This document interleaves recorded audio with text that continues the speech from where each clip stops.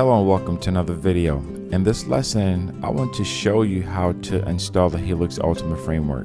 Now, before we do that, you need to make sure that you have a web host. So whether you have a cPanel or something equivalent that allow you to be able to install Joomla, then you're going to need access to that. You may need to contact your host to get your cPanel login and sometimes your FTP login. But for the sake of this, I'm not going to use the FTP. I want to show you a faster way of how you can be able to get to install it.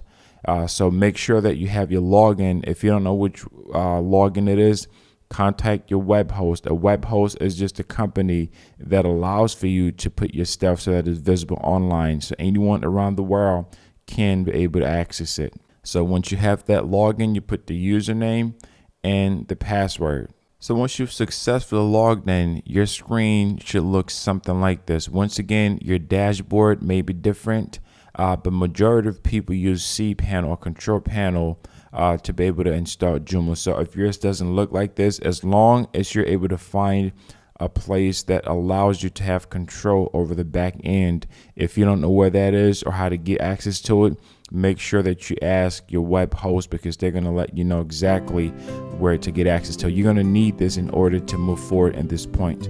So next is we're going to learn how to create a database.